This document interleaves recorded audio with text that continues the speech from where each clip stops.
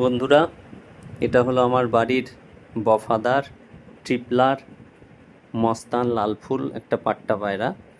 তো কালকে সকাল 9টায় উড়িয়েছিলাম।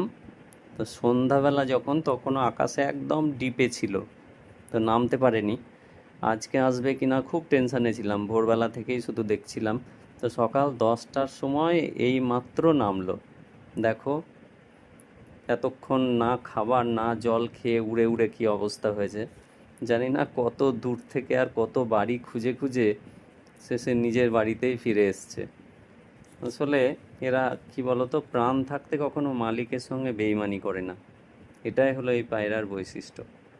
আশা করি তোমাদের বন্ধুরা, এটা হলো আমার বাড়ির বফাদার ট্রিপলার মস্তান লাল ফুল, একটা পাট্টা পায়রা। তো কালকে সকাল 9টায় উড়িয়েছিলাম।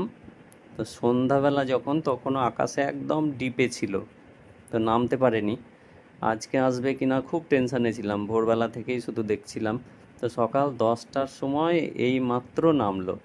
দেখো, এতক্ষণ না খাবার না জল খেয়ে উড়ে উড়ে কী অবস্থা হয়েছে।